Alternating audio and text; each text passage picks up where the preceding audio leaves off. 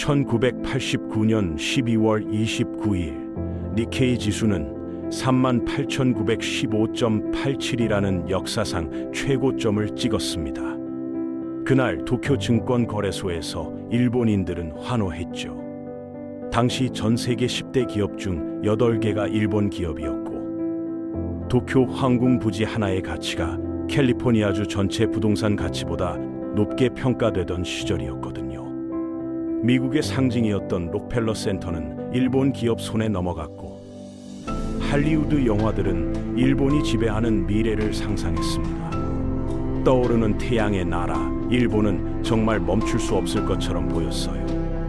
하지만 불과 1년 뒤 1990년 니케이 지수는 38%나 폭락했고, 시장 가치 2조 달러가 하루아침에 증발해버렸습니다.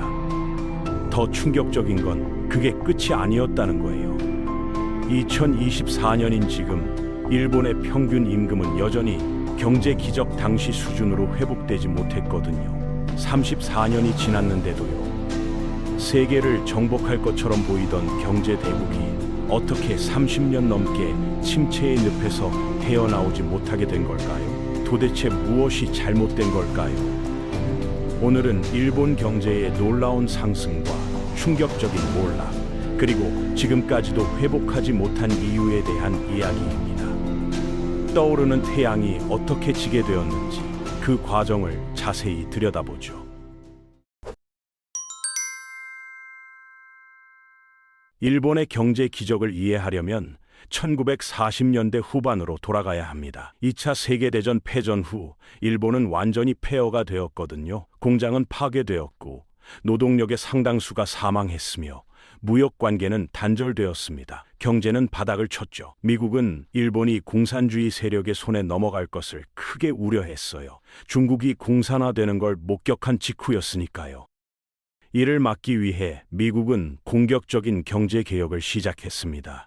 소수 가문의 부와 권력을 집중시키던 재벌 체제를 해체했고, 토지 소유권 법률을 개혁해 일반 일본 국민들에게 경제 참여 기회를 부여했죠. 그리고 가장 중요한 건 일본을 수출 강국으로 만들었다는 거예요. 한국 전쟁 지원을 통해 첫 발판을 마련했고, 저금리 대출로 산업화를 촉진했습니다. 결과는 정말 놀라웠어요. 1953년부터 1957년까지 일본 제조품 수출은 143%나 증가했거든요. 같은 기간 미국은 51%, 영국은 31% 증가한 것과 비교하면 엄청난 성장이었죠. 하지만 이건 시작에 불과했습니다. 1959년까지만 해도 일본 수출의 대부분은 저가 섬유였고, 주요 시장도 불안정한 아시아 국가들이었어요. 산업통상자원부는 이 상황을 바꾸기로 결심했습니다. 일본을 첨단 기술, 고품질 제조업의 중심지로 만들겠다는 새로운 산업 정책을 시작한 거죠. 전쟁으로 파괴된 산업 기반 덕분에 일본은 역설적으로 축복을 받았어요. 처음부터 다시 시작해야 했기 때문에 세계 최고 수준의 기술을 도입해 가장 진보된 제조 시설을 만들 수 있었거든요. 낡은 설비에 얽매인 다른 선진국들과 달리요. 1965년 일본은 무역 흑자를 기록했고, 1970년에는 수출이 380%나 증가하며 세계 5번째 경제 대국이 되었습니다. GDP는 5배나 성장했고, 중국, 프랑스, 영국, 서독을 모두 추월했죠. 거의 15년 동안 연평균 5%의 성장률을 유지했어요. 일본이 만들면 전 세계가 샀습니다. 그만큼 제품의 품질이 뛰어났거든요. 일본은 엄청나게 부유해졌고, 일본 시민들은 명품의 맛을 알기 시작했습니다. 1978년 루이비통이 도쿄 긴자에 입점했을 때 금세 전 세계에서 가장 실적이 좋은 매장 중 하나가 되었어요. 1979년 에르메스가 뒤를 이었고, 80년대에는 프라다를 비롯한 모든 명품 브랜드가 일본에 확고히 자리 잡았습니다. 일본은 그야말로 호황을 누리고 있었죠. 그런데 미국에서는 다른 일이 벌어지고 있었어요. 1980년부터 1985년 사이 달러 가치가 거의 50%나 상승하면서 미국 제조업체들이 엄청난 압박을 받게 된 거죠. 이 문제를 해결하기 위해 1985년 9월 미국, 프랑스, 영국, 서독, 일본이 만나 플라자 협정에 서명했습니다. 내용은 간단했어요. 일본 엔화는 미국 달러 대비 평가절상되어야 한다는 거였죠. 그러면 미국 수출 경쟁력이 강화되고 일본의 무역 흑자는 줄어들 거라는 계산이었어요. 동맹국들의 압박을 받은 일본은 선택의 여지가 없었습니다. 3년 만에 일본 엔화는 1달러당 239엔에서 128엔으로 거의 절반 수준까지 올랐어요. 엔화 가치가 2배가 되니까 일본 상품의 해외 가격도 2배로 뛰었고 당연히 수출 수요가 급감했죠. 경제 전체가 침체되기 시작했습니다. 그리고 이게 바로 일본의 잃어버린 30년으로 이어지는 첫 번째 도미노였어요. 일본 정부는 약화된 경제에 신속하게 대처했습니다. 금리를 당시 세계 최저 수준인 2.5%로 인하했고 신용시장을 활짝 열어 누구나 쉽게 돈을 빌릴 수 있게 만들었죠. 영향은 즉각적이었어요. 이미 호황을 누리던 경제가 하룻밤 사이에 폭발적으로 성장했거든요. 시민과 기업들이 주식과 부동산 투자에 미친 듯이 뛰어들었습니다. 값싼 돈이 투기를 부추기면서 토지 가격이 급등하기 시작했어요. 일본의 세법도 문제였는데 일반 시민은 자본이득세를 피할 수 있었고 부유층은 상속세를 회피할 수 있었거든요. 부동산은 완벽한 투자 대상이 된 거죠. 정말 이상한 건 아무도 건물에 관심이 없었다는 거예요. 임대 수입도 중요하지 않았죠. 그들이 원한 건 오직 토지 그 자체였습니다. 토지 가격이 계속 오를 거라는 믿음만 있었던 거예요. 믿기 힘들지만 당시 도쿄 황금 부지의 가치가 캘리포니아주 전체 부동산 가치보다 높게 평가되었을 정도였으니까요. 은행 시스템도 완전히 통제 불능 상태였습니다. 정부가 무한정 대출을 장려했고 은행들은 신용 등급 같은 건 신경도 안 쓰고 투자 자산을 담보로 대출을 해줬어요. 엄청나게 부풀려진 가격의 자산을 말이죠. 자산 가격이 하늘 높은 줄 모르고 치솟는데도 일본 은행은 시장 침체를 우려해 금리 인상을 주저했습니다. 하지만 1989년 5월 더 이상 선택의 여지가 없었어요. 금리는 2.5%에서 3.25%로 인상되었고 결국 1990년 8월에는 6%까지 올랐죠. 시장은 충격과 공황에 빠졌습니다. 그런데 진짜 문제는 따로 있었어요. 재무부가 부동산 관련 대출에 강력한 제한을 가한 겁니다. 매수자들이 더 이상 투자 자금을 빌릴 수 없게 되자 토지 가격이 급락하기 시작했어요. 1990년 말까지 니케이 지수는 약 1조 달러의 가치를 잃었고 부동산 가격은 3조 달러나 더 하락했습니다. 떠오르던 태양이 지기 시작한 거죠. 잃어버린 30년이 이제 막 시작되었어요. 1990년 경제 위기 이후 일본은 한 세대에 한 번 겪을 법한 위기에 직면했습니다. 그런데 그 다음 수십 년간 내린 정책적 결정들이 문제를 더 악화시켰어요. 다른 나라들은 비슷한 위기에서 회복했는데 일본만 2024년이 된 지금까지도 성장 둔화와 디플레이션, 인구 고령화로 고통받고 있는 거죠.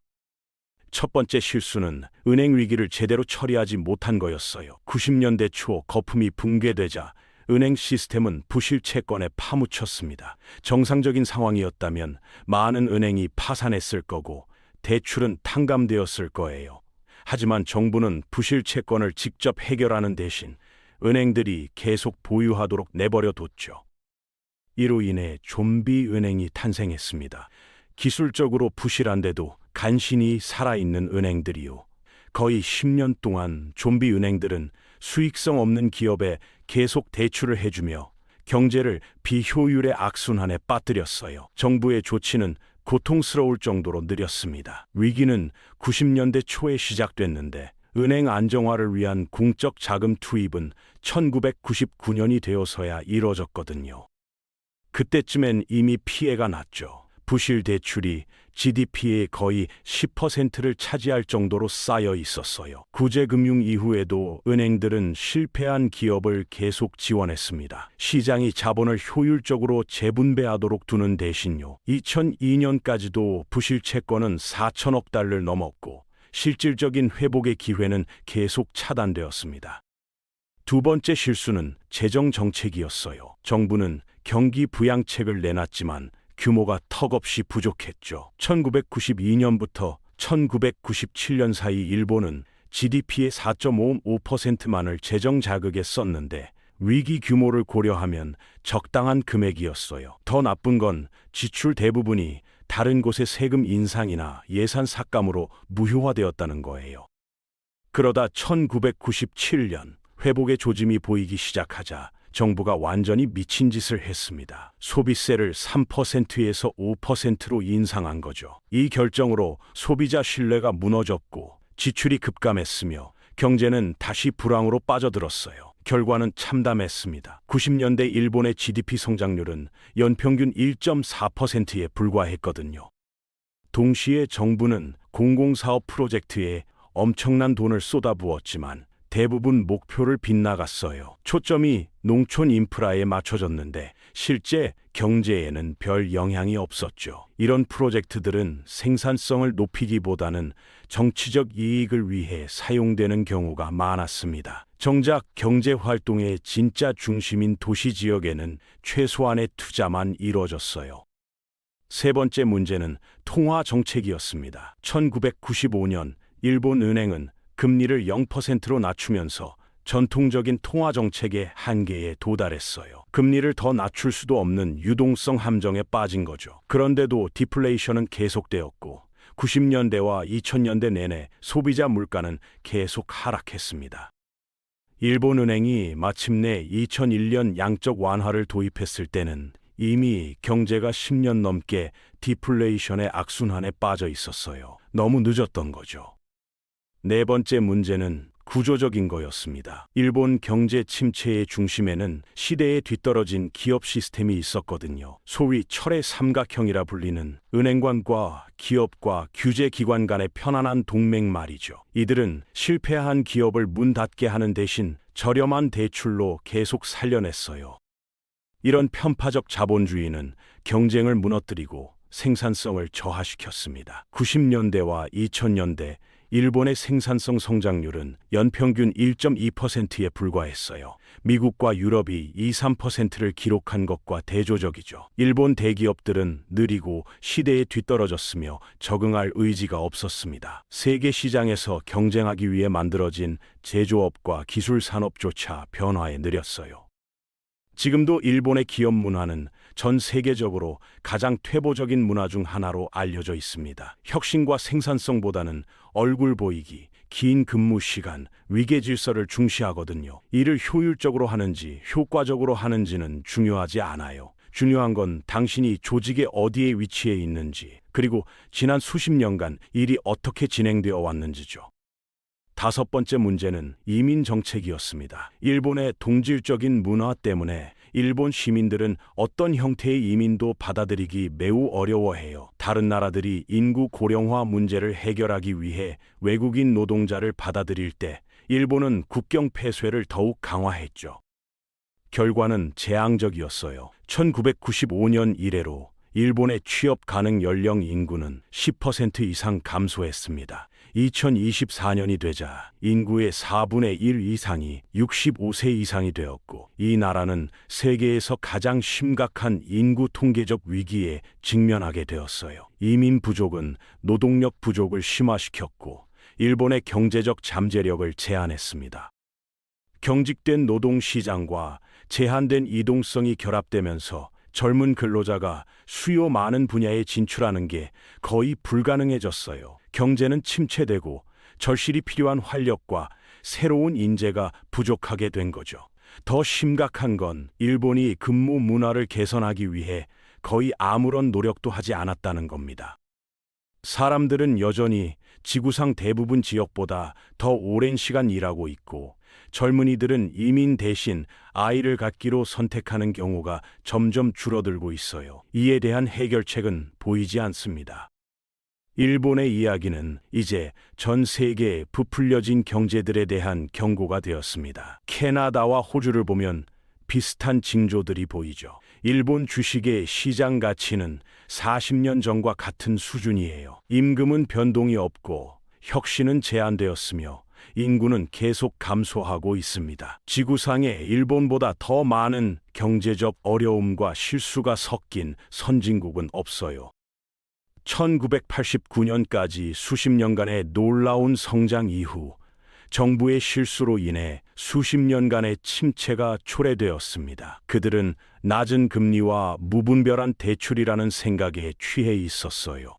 비생산적인 토지가 최고의 투자라고 믿었고 재산세는 낮게 유지하면서 다른 세금은 늘렸죠. 정부가 자본을 효율적으로 배분할 수 있다고 착각했고 야심찬 기업가들의 혁신 투자를 장려하기는커녕 실패한 기업들을 계속 살려냈습니다. 개인적으로 일본의 이야기를 보면서 가장 안타까운 건 이 모든 게 예방 가능했다는 생각이 들어요. 은행 구조조정을 빨리 했더라면, 재정정책을 일관되게 유지했더라며, 기업 문화를 개혁했더라면, 이민에 더 개방적이었더라면 말이죠. 하지만 일본은 같은 일을 반복하면서 다른 결과를 기대했어요. 간단히 말해서 부채는 무료가 아니고 토지는 실제 투자가 아닙니다. 정부는 전지전능하지 않고 혁신이 성장의 기초이며 모든 사업은 실패할 수밖에 없죠. 일본은 이제 깨어나야 합니다. 창문을 열고 태양이 뜨는 걸 느껴야 해요. 진짜 떠오르는 태양을 말이죠. 오늘은 일본 경제의 상승과 몰락에 대한 이야기였습니다.